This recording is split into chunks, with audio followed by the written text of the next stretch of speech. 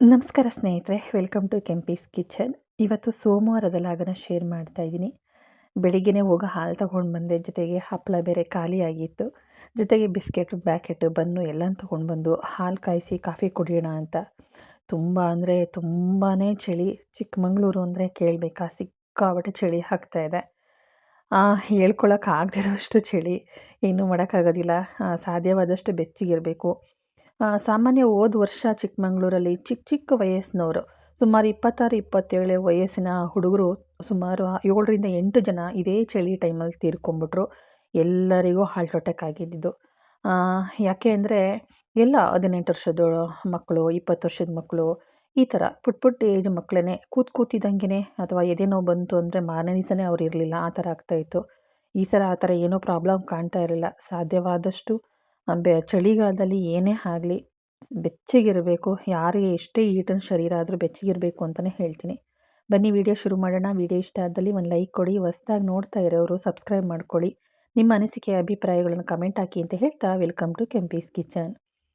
ಇವತ್ತು ಕಾಫಿ ಮಾಡ್ಕೊಂಡು ಕುಡಿಯೋದ್ರ ಜೊತೆಗೆ ಸ್ವಲ್ಪ ಅಜ್ವಾಯಿನ್ ಮತ್ತು ಸ್ವಲ್ಪ ಅರಿಶಿನ ಪುಡಿ ಹಾಕಿ, ಮನೇಲೇ ಮಾಡಿರೋ ಅರಿಶಿನ ಪುಡಿನ ಹಾಕಿ ನಾನು ಸ್ವಲ್ಪ ಕಷಾಯ ಮಾಡ್ಕೊಂಡು ಕುಡಿತೀನಿ. ಇದರಿಂದ ಏನಾಗುತ್ತೆ ಅಂದರೆ ನಮಗೆ ಅಜ್ವೈನ ಹಾಕೋದ್ರಿಂದ ಬಾಡಿನಲ್ಲಿ ಸಾಧ್ಯವಾದಷ್ಟು ಶೀತ ಸೇರೋದಿಲ್ಲ. ಇನ್ನು ಆ್ಯಂಟಿಬಯೋಟಿಕ್ ಕೇಳಲೇಬೇಕಾ ನಾವು ಅರಿಶಿನ ಹೇಳೋ ಹಾಗಿಲ್ಲ. ಅದ್ರ ಬಗ್ಗೆ ಎಲ್ಲರಿಗೂ ಗೊತ್ತಿರದೆ ನಮ್ಮ ರೋಗ ನಿರೋಧಕ ಶಕ್ತಿನ ಹೆಚ್ಚಿಸುತ್ತೆ ಅರಿಶಿನ ಅಂತಲೇ ಹೇಳ್ಬೋದು. ಅದರಲ್ಲೂ ಮನೇಲೇ ಮಾಡಿರೋ ಅರಿಶಿನದಿಂದ ಮಾತ್ರ ಸಾಧ್ಯ, ಹೊರಗಡೆ ಅಂಗಡಿಯಿಂದ ತರೋ ಅರಿಶಿನದಿಂದ ಅಲ್ಲ, ಆಯಿತಾ. ಹಾಗೆ ಇವತ್ತು ಸ್ವಲ್ಪ ಸಾಂಬಾರು ಏನು ಮಾಡೋದು ಅಂತ ಯೋಚನೆ ಮಾಡ್ತಾಯಿದ್ದೆ. ತರಕಾರಿ ಬೇರೆ ಎಲ್ಲ ಖಾಲಿಯಾಗಿತ್ತು. ಆ ಕಾರಣಕ್ಕೆ ಸ್ವಲ್ಪ ಸಬ್ಬಸಿಗೆ ಸೊಪ್ಪಿತ್ತು, ಅದು ಮತ್ತು ಸ್ವಲ್ಪ ಬೇಳೆ ಹಾಕಿ ಪಪ್ಪು ಥರ ಮಾಡಿಬಿಡೋಣ, ಚೆನ್ನಾಗಿರತ್ತೆ ಅಂದ್ಬಿಟ್ಟು ಅದನ್ನು ಸಹ ಮಾಡ್ತಾಯಿದ್ದೀನಿ. ಫಸ್ಟ್ ಟೈಮ್ ಈ ಥರ ಪಪ್ಪು ಸಾರು ಮಾಡ್ತಾ ಇರೋದು. ಯಾವಾಗಲೂ ಈ ಥರ ಸಾಂಬಾರು ಮಾಡಿ ಅಭ್ಯಾಸ ಇಲ್ಲ. ಯಾವಾಗಲೂ ಖಾರದ ಪುಡಿ, ಹುಣಸೆ ಹುಳಿ ರಸ, ತೆಂಗಿನಕಾಯಿ ತುರಿ ಈ ಥರ ಎಲ್ಲ ಹಾಕಿ ಮಾಡ್ತಾಯಿದ್ದೆ. ಫಸ್ಟ್ ಟೈಮ್ ಮಾಡಿದೆ, ಬಟ್ ಮನೇಲಿ ಎಲ್ಲರೂ ತುಂಬ ಇಷ್ಟಪಟ್ಟು ಊಟ ಮಾಡಿದ್ರು. ಮನೆಯವ್ರಿಗೆ ಮಾತ್ರ ತುಂಬ ಇಷ್ಟ ಆಯಿತು. ಕಾರಣ ಏನಂದರೆ ಉಪ್ಪು, ಖಾರ, ಹುಳಿ ಎಲ್ಲ ಕಡಿಮೆ ಇತ್ತಲ್ಲ, ಆ ಕಾರಣಕ್ಕೆ. ಬನ್ನಿ ಹಾಗೆ ಸ್ವಲ್ಪ ರವೆ ಹಾಕಿ ಉಪ್ಪಿಟ್ಟು ಮಾಡಿಬಿಡೋಣ, ಬಾಕ್ಸಿಗಾಗುತ್ತೆ ಅಂದ್ಬಿಟ್ಟು ಉಪ್ಪಿಟ್ಟನ್ನು ಮಾಡ್ತಾಯಿದ್ದೀನಿ. ಮನೆಯವ್ರಿಗೆ ಬಾಕ್ಸ್ಗೆ ಹಾಕ್ಕೊಟ್ಬಿಡೋಣ ಉಪ್ಪಿಟ್ಟು ಅಂದ್ಬಿಟ್ಟು ಮಾಡ್ತಾಯಿದ್ದೀನಿ. ಆದರೆ ಉಪ್ಪಿಟ್ಟು ತಿನ್ನೋದಿಲ್ಲ, ಅದನ್ನು ಮರೆತು ಮಾಡ್ತಾಯಿದ್ದೀನಿ. ಲಾಸ್ಟಿಗೆ ಉಪ್ಪಿಟ್ಟು ನಮಗೆ ಆಯಿತು, ಅವ್ರ ಬಾಕ್ಸಿಗೆ ಚಪಾತಿ ಮಾಡೋ ಹಾಗಾಯಿತು. ಹೀಗೆ ನಮ್ಮ ಮನೆಯಲ್ಲಿ ಹೇಳೋದೇ ಒಂದು, ಅದಾದರೆ ಮಾಡೋದೇ ಒಂದು, ಈ ಥರ ಆಗಿಬಿಡುತ್ತೆ. ಏನೂ ಮಾಡೋಕ್ಕಾಗಲ್ಲ, ಕೆಲವೊಂದು ಸಲ ಆ ಥರ ಆಗುತ್ತೆ. ಸ್ನೇಹಿತರೆ, ಇವತ್ತು ಎಲ್ಲ ಮಕ್ಳಿಗೂ ಅಥವಾ ಎಲ್ಲ ತಾಯಂದಿರಿಗೂ ನಾನೊಂದೆರಡು ಮಾತುಗಳನ್ನು ಹೇಳಬೇಕು ಅಂತ. ಸರ್ವೇ ಸಾಮಾನ್ಯ ಇವತ್ತಿನ ದಿನದಲ್ಲಿ, ಇವತ್ತಿನ ಜನ್ರೇಷನ್ ಇರೋದೇ ಹಾಗೆ. ಈ ಮಾತನ್ನು ಕೇಳಿದ್ರೆ ನೀವು ಯಾವ ಕಾಲದಲ್ಲಿದ್ದೀರಾ ಇನ್ನೂ ಅಂತ ಹೇಳ್ಬೋದು. ಕಾಲ ಯಾವುದಾದ್ರೇನು, ನನ್ನ ಮಕ್ಕಳು ನನ್ನ ಕೈಯಲ್ಲಿರಬೇಕು, ನಾನು ಹೇಳಿದ ಮಾತು, ಹೆತ್ತ ತಂದೆ ತಾಯಿ ಮಾತನ್ನು ಕೇಳಬೇಕು, ಹೆತ್ತ ತಂದೆ ತಾಯಿಗಳಿಗೆ ಗೌರವ ಕೊಡಬೇಕು, ಮುಂದೆ ಅವನ ಫ್ಯೂಚರಲ್ಲಿ ಒಳ್ಳೆ ಜೀವನ ಸಿಗಬೇಕು, ಒಳ್ಳೆ ಸಂಸಾರ ಕಟ್ಕೋಬೇಕು, ಒಳ್ಳೆ ಪ್ರಜೆಯಾಗಿ ಬಾಳಬೇಕು ಅನ್ನಿಸ್ಕೋಬೇಕು ಅನ್ನೋದಾದರೆ ಅದಕ್ಕೆ ಮೂಲ ದಾರಿ ತಂದೆ ತಾಯಿನೇ ಆಗಿರ್ತಾರೆ. ಮಕ್ಕಳು ಎಷ್ಟೇ ಹಾದಿ ತಪ್ಪಿದ್ರೂ ಈ ಒಂದು ದಿನಗಳಲ್ಲಿ, ಇಡೀ ದಿನ ಅಂತಲ್ಲ, ಈ ಒಂದು ಸಂದರ್ಭದಲ್ಲಿ ತಂದೆ ತಾಯಿ ಮಾಡೋ ಮ್ಯಾಜಿಕ್ ಇದೆಯಲ್ಲ, ಅದರಂಥ ದೊಡ್ಡ ಮ್ಯಾಜಿಕ್ಕೇ ಯಾವುದೂ ಇಲ್ಲ. ಎಂಥ ದಾರಿ ತಪ್ಪದ ಮಗನನ್ನು, ಮಗಳೇ ಆಗಿರಲಿ ಮಗನೇ ಆಗಿರಲಿ, ತನ್ನ ಕೈವಶ ಮಾಡ್ಕೋಬೋದು, ಸರಿ ದಾರಿಗೆ ತರಬಹುದು. ಒಂದು ಮ್ಯಾಜಿಕ್ ಮಂತ್ರ. ಹೌದು, ಇವತ್ತೊಂದು ದಿವಸದಲ್ಲಿ ಈ ಥರನಾ, ನಮ್ಮ ಮನೇಲೆಲ್ಲ ಆ ಥರ ಇಲ್ಲಪ್ಪ ಅಂತ ನೀವು ಅನ್ಬೋದು. ಕೇಳೋ ಮಾತನ್ನು ಕೇಳಿ, ಖಂಡಿತ ಕಿವಿ ಕೊಟ್ಟು ಕೇಳಿ. ಯಾಕೆಂದರೆ ನಾವು ಅಜ್ಜಿ ತಾತನ ಒಡಲಲ್ಲಿ ಬೆಳೆದವರು, ನಾವೆಲ್ಲ ಹಾಗಿರೋದಕ್ಕೇ ನಮ್ಮ ಮಕ್ಕಳು ನಾವು ಹಾಗೆ ಬೆಳೆಸ್ತಾ ಇದ್ದೀವಿ. ಆ ಕಾರಣಕ್ಕೆ ಹೇಳ್ತಾ ಇದ್ದೀನಿ. ಮಕ್ಕಳಿಗೆ ಬೈದಾಗ ಆ ಸಂದರ್ಭದಲ್ಲಿ ಅಮ್ಮ ಅಪ್ಪ ಬೈತಾರೆ ಅಂದ್ರೂ ಮನಸ್ಸಲ್ಲಿರೋ ಮಾತನ್ನೆಲ್ಲ ಹಂಚ್ಕೊಳ್ತವೆ. ಅವರ ಕಷ್ಟಕ್ಕೆ ನಾವು ದಾರಿ ತೋರಿಸ್ಕೊಡ್ತೀವಿ, ಅಂದರೆ ಸರಿ ದಾರಿಯನ್ನು ತೋರಿಸ್ಕೊಡ್ತೀವಿ ಕಷ್ಟ ಕಾಲದಲ್ಲಿರೋರಿಗೆ. ಅದು ಯಾವುದು ಆ ಟೈಮು ಅಂತ ಹೇಳೋಣ ಬನ್ನಿ. ಅದಕ್ಕಿಂತ ಮುಂಚೆ ಪಪ್ಪು ಮಾಡೋದಕ್ಕೆ ಅಂದ್ಬಿಟ್ಟು ಬೇಳೆನ, ತೊಗರಿಬೇಳೆ ಮತ್ತು ಮಸೂರು ದಾಲನ್ನು ಹಾಕಿದ್ದೀನಿ. ಅದ್ರ ಜೊತೆಗೆ ಹಸಿಮೆಣಸಿನ್ಕಾಯಿ, ಸ್ವಲ್ಪ ಕರಿಬೇವು ಸೊಪ್ಪು, ಸ್ವಲ್ಪ ಇದನ್ನು ಜೀರಿಗೆನ ಹಾಕ್ಬಿಟ್ಟು ಅರಿಶಿನ ಪುಡಿ ಹಾಕಿ ಸ್ವಲ್ಪ ಎಣ್ಣೆ ಹಾಕ್ಬಿಟ್ಟು ಒಂದು 2 ವಿಸಲ್ ತಗೊಂಬಿಡೋಣ ಅಂತ ರೆಡಿ ಮಾಡ್ತಾಯಿದ್ದೀನಿ. ಅದ್ರ ಪಾಡಿಗೆ ಅದು ಬೇಯ್ತಾ ಇರಲಿ, ಈ ಕಡೆ ನಾವು ಮಾತಾಡ್ಕೊಳ್ಳೋಣ ಬನ್ನಿ. ಯಾವುದಪ್ಪ ಟೈಮ್ ಅಂದರೆ, ಇದು ಸರ್ವೇ ಸಾಮಾನ್ಯ. ಇತ್ತೀಚಿಗೆ ದಿನಗಳಲ್ಲಿ ಅಮ್ಮ ಬೇರೆ, ಅಪ್ಪ ಅಮ್ಮ ಬೇರೆ ರೂಮು, ಮಕ್ಕಳು ಬೇರೆ ರೂಮು ಅಂತ ಹೇಳ್ತಾರೆ. ಅದು ಎಷ್ಟು ಮಟ್ಟ ಸರಿ?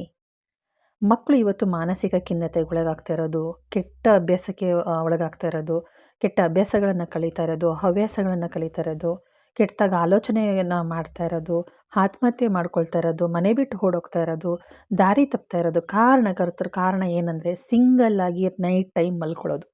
ಹೌದು ಸ್ನೇಹಿತರೆ. ಮಕ್ಕಳಿಗೆ ಸುಮಾರು 22 ವರ್ಷ, ಅದು ಹೆಣ್ಣಾಗಲಿ ಗಂಡಾಗಲಿ 22 ವರ್ಷ ತುಂಬವರೆಗೂ ಅವು ಮಕ್ಕಳೇನೆ.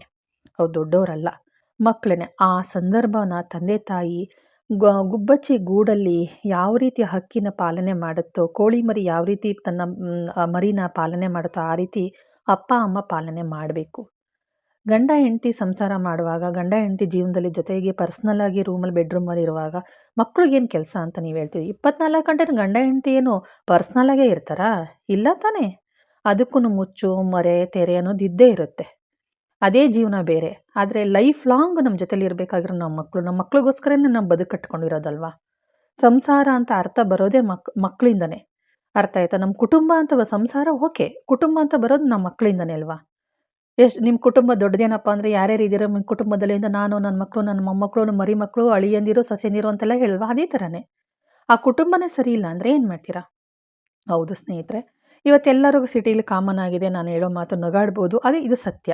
ನಾವು ಎಲ್ಲ ನಮ್ಮ ಅಜ್ಜಿ ಒಡಲಲ್ಲಿ ಬೆಳೆದಿರೋದು ಹಾಗೆ, ನನ್ನ ಅಜ್ಜಿ ಇರೋವರೆಗೂ ನನ್ನ ಮಕ್ಕಳು ನಾನು ಬೆಳೆಸಿದ್ದು ಹಾಗೆ. ಇವತ್ತಿಗೂ ನನ್ನ ಮಕ್ಕಳನ್ನ ನಾನು ನನ್ನ ಗಂಡ ಬೆಳೆಸ್ತಾ ಇರೋದು ಹಾಗೇನೆ. ಆ ಕಾರಣಕ್ಕೆ ಹೇಳ್ತಾ ಇದ್ದೀನಿ. ಇಷ್ಟ ಇದ್ದರೆ ಕೇಳಿ, ಕಷ್ಟ ಆದರೆ ಖಂಡಿತ ಈ ವಿಡಿಯೋನ ನೋಡಬೇಡಿ, ಸುಮ್ಮನೆ ಆಗ್ಬಿಡಿ ಆಯಿತಾ. ಖಂಡಿತವಾಗ್ಲೂ ಆ ಮ್ಯಾಜಿಕ್ ಟೈಮ್ ಯಾವುದು ಗೊತ್ತಾ? ರಾತ್ರಿ. ಮಕ್ಕಳು ಸ್ಕೂಲಿಂದ ಬರ್ತಾರೆ, ಆಟ ಆಡ್ಕೊಂಡು ಬರ್ತಾರೆ, ಪಾಸೇ ಆಗಿರುತ್ತೆ, ಫೇಲ್ ಆಗಿರುತ್ತೆ, ಮಾರ್ಕ್ಸ್ ತಗೊಂಡಿರ್ತಾರೆ, ಕೆಲವೊಂದು ಕಡೆ ಮನಸ್ಸು ನೋವಾಗಿರುತ್ತೆ, ಕೆಲವೊಂದು ತಪ್ಪು ಗೊತ್ತಿಲ್ಲದೇನೋ ನಡೆದಿರ್ತವೆ, ಎಲ್ಲ ಆಗಿರುತ್ತೆ. ನೈಟ್ ಬಂದಾಗ ಮಗನ ಮುಖ ನೋಡಿ ತಾಯಿ ಯಾಕೆ ಸಪ್ಪಗಿದೆಯಾ, ಇವತ್ತೇನು ಖುಷಿಯಾಗಿದೆಯಾ ಅಂತೆಲ್ಲ ಕೇಳ್ತಾಳೆ. ಸರಿ, ಓಕೆ, ಅದೆಲ್ಲ ಆಗುತ್ತೆ. ರಾತ್ರಿ ಮಲ್ಕೊಳ್ಳುವಾಗ ಎಷ್ಟು ಜನ ಮಗನ್ನ ಅಥವಾ ಮಗಳನ್ನ ಪಕ್ಕದಲ್ಲಿ ಮಲಗಿಸ್ಕೊಂಡು ಮಲ್ಕೋತೀರಾ? ಒಬ್ಬ ತಾಯಿಯಾಗಿ ಮಗಳನ್ನ ಪಕ್ಕದಲ್ಲಿ ಮಲಗಿಸ್ಕೋತೀರಾ? ತಂದೆಯಾಗಿ ಮಗನ ಪಕ್ಕದಲ್ಲಿ ಮಲಗಿಸ್ಕೊಂಡು ಮಲ್ಕೋತೀರಾ? ಅವನ ತಲೆ ಕೂದಲಿಗೆ ಕೈ ಹಾಕಿ, ಅವನ ತಲೆ ಕೂದಲು ಹಿಂಗೆ ಆಡಿಸಿ, ಅವನ ಕೈ ಬೆರಳಿಗೆ ಬೆರಳು ಹಾಕಿ, ಏನು ಮಗನೇ ಇವತ್ತು ಖುಷಿಯಿಂದಿದೆಯಲ್ಲ, ಏನು ಸಮಾಚಾರ, ಏನು ಅಂತ ಚುಡಾಯಿಸ್ಕೊಂಡು ಅವನಿಗೆ ಕೀಟ್ಲೆ ಮಾಡಿಕೊಂಡು ಎಷ್ಟು ಜನ ಅಪ್ಪಂದಿರು ಕೇಳ್ತೀರಾ?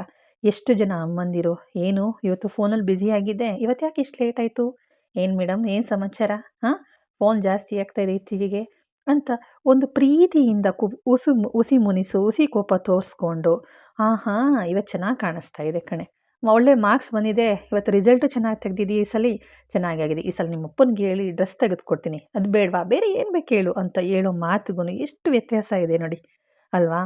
ಏನಿವತ್ತು ಮಾರ್ಕ್ಸ್ ತಗೊಂಡಿದ್ಯಾ, ಓಕೆ, ಮುಂದೆ ಸಲ ಹಂಗೆ ತಗೋ, ಓಕೆನಾ, ಸರಿ ಓದ್ಕೋಗು ಅಂತ ಹೇಳೋದಕ್ಕೂ, ಪಕ್ಕದಲ್ಲಿ ಇದ್ಕೊಂಡು ಹೇಳೋದಕ್ಕೂ ತುಂಬ ವ್ಯತ್ಯಾಸ ಇದೆ ಸ್ನೇಹಿತರೆ. ಹೆಣ್ಮಕ್ಳು ತಪ್ಪು ಮಾಡಿದರೂ ಸಹ ಹೇಳ್ಬಿಡ್ತಾವೆ ಅವಾಗ, ಅಮ್ಮ ನಾನು ಈ ಥರ ತಪ್ಪು ಮಾಡ್ತಾಯಿದ್ದೀನಿ, ಅಮ್ಮ ಈ ಥರ ಅವನೇ ಮಾತಾಡಿಸ್ತಾ, ಇಲ್ಲ ಅವಳೇ ಮಾತಾಡಿಸ್ಲು, ಇಲ್ಲ ಬೇರೆಯವ್ರ ಮೇಲಾರ ಎತ್ತಾಕಲಿ ಸತ್ಯ ಅಂತೂ ಬಾಯ್ಬಿಡ್ತಾರೆ. ಗಂಡು ಮಕ್ಕಳು ಅಷ್ಟೇ.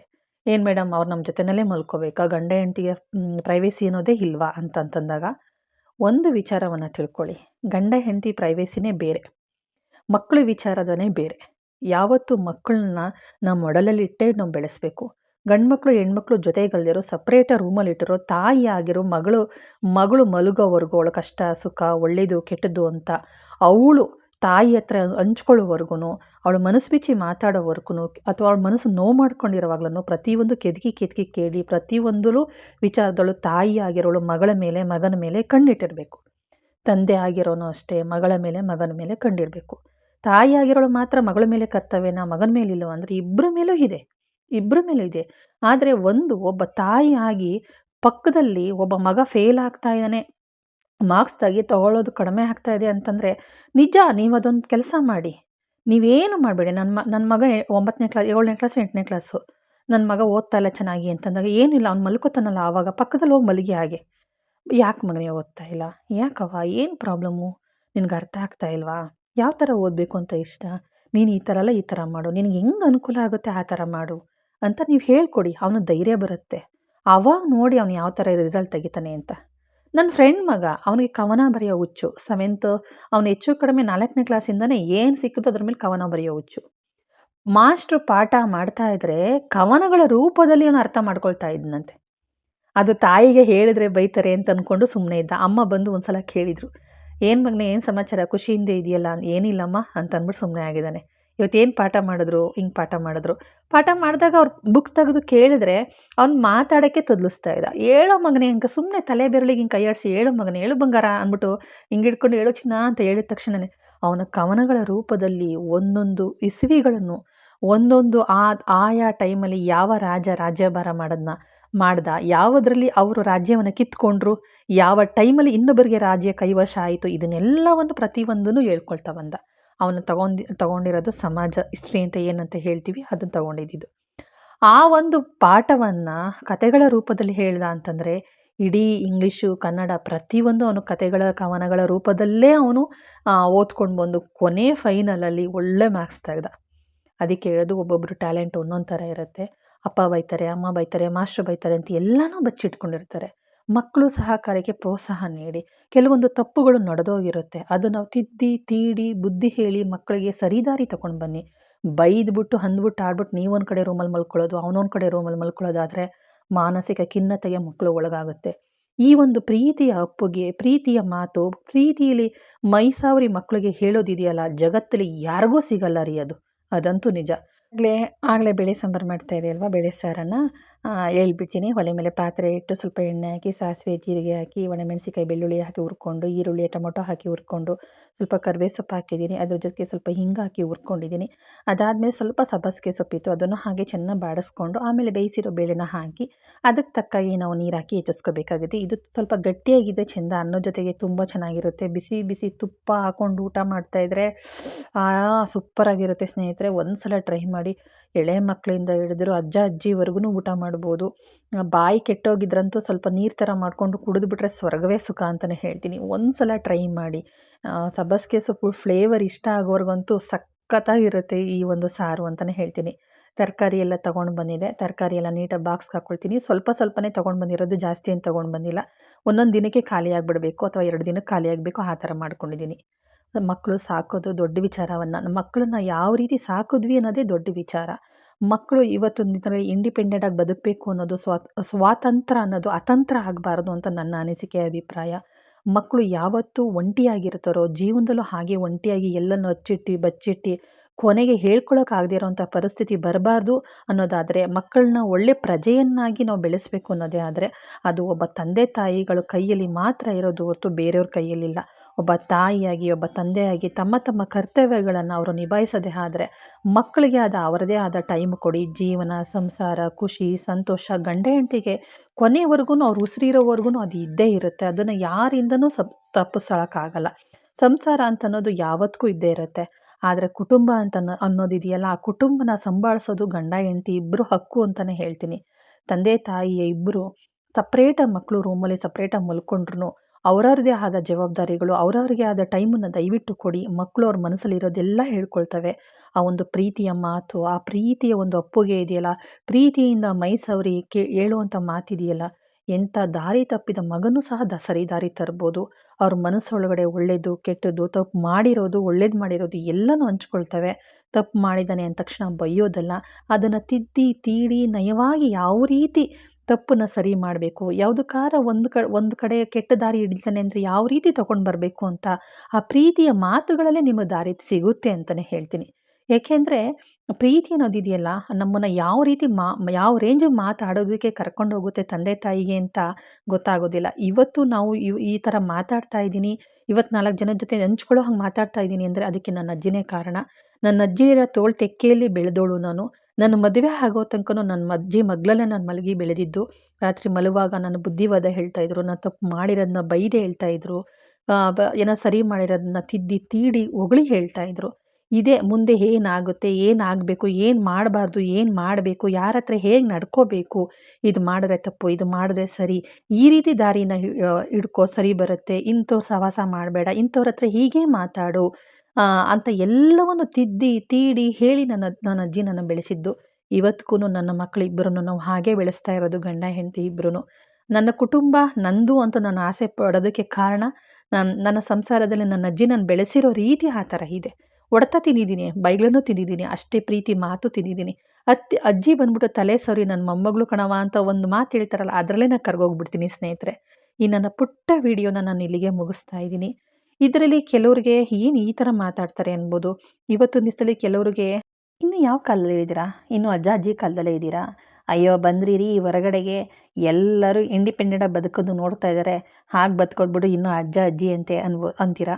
ಅಜ್ಜ ಅಜ್ಜಿಲಿರೋ ಪ್ರೀತಿ, ತಂದೆ ತಾಯಿರೋ ಪ್ರೀತಿ, ಅವರು ಕ್ಷಮಿಸೋ ಗುಣ ಇನ್ಯಾರಿಗೂ ಇರೋದಿಲ್ಲ. ಮಕ್ಕಳು ಏನೇ ತಪ್ಪು ಮಾಡಿದರೂ ತಾಯಿ ತಂದೆಗಿರೋ ಅಷ್ಟು ದೊಡ್ಡ ಬುದ್ಧಿ ಇನ್ಯಾರಿಗೂ ಇರೋದಿಲ್ಲ ಅಂತ ಹೇಳ್ತಾ ಈ ನನ್ನ ಪುಟ್ಟ ವಿಡಿಯೋನ ಮುಗಿಸ್ತಾ ಇದ್ದೀನಿ. ಮಕ್ಕಳ ಬಗ್ಗೆ ಎಚ್ಚರಿಕೆ ಇರಲಿ, ಜೊತೆಗೆ ಅಭಿಮಾನನೂ ಇರಲಿ. Thank you.